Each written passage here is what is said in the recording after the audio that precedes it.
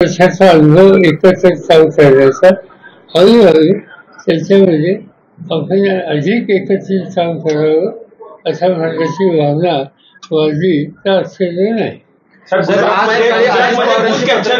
गुजरातमध्ये booth capture करून तिथं मतदान करण्यात आलं असल्याची माहिती समोर येते आहे, काय सांगा? आणि असं आहे की भारतीय जनता पार्टी आणि त्यांच्या हातात जिथे राज्य किंवा त्यांचे शक्तिस्थाने त्या ठिकाणी अशा प्रकारच्या तक्रारी त्या अनेक ठिकाणी आलेल्या आहेत. महाराष्ट्रात सुद्धा आलेल्या आहेत. निवडणूक आयोगाने त्याची नोंद घ्यावी.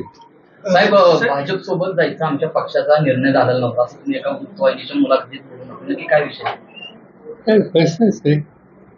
काही झालं तर आम्ही गांधी नेहरूचा विचार आणि भाजपचा विचार त्याच्यात काही सामील नाही.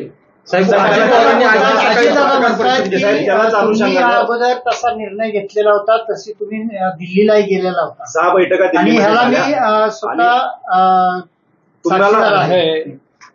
आमच्यातले काही सहकारी त्या मताचे होते. मी अनेकदा सांगितलं त्यांनी चर्चा करायची तुम्ही करा, पण निर्णय शेवटी पक्ष घेईल आणि तो पक्षाचा निर्णय ते म्हणतात त्याप्रमाणे नव्हता.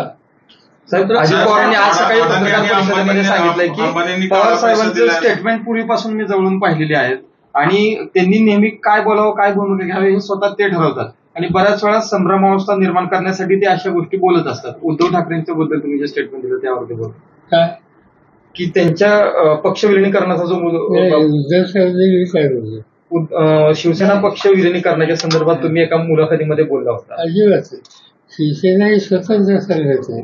ते सहकारी म्हणून काम करतात पण त्यांनी अस्तित्व त्यांचं स्वतंत्र आहे.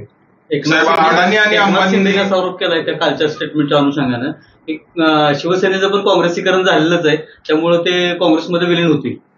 साहेब, अडाणी आणि अंबानी काळा पैसा काँग्रेसला दिला आहे असं नरेंद्र मोदींनी स्टेटमेंट केले, त्याबद्दल काय आपलं? नाही म्हणजे आतापर्यंत अदानी अंबानी हे कोणाचे दोस्त आहेत म्हणून देशात चर्चा होती. आता एकदम उलट ज्यांच्याबद्दल तक्रार होती चर्चा होत होती आज तेच हे काँग्रेसवर दाखवायला लागले. चंद्रकांत पाटलांनी चुटकी वाजवून बारामतीमध्ये अशा स्टाईलनं चुटकी म्हणण्यापेक्षा साहेब दादा बोलताना असं म्हणाले की मी साहेबांचा मुलगा असतो तो मला संधी मिळाली असती. त्याला जोडूनच देवेंद्र फडणवीस असं म्हणतायत की अजितदादांचे लक्षात आलं की पक्ष त्यांना मिळणार नाही, त्यावेळेस अजितदादांनी हा निर्णय घेतला.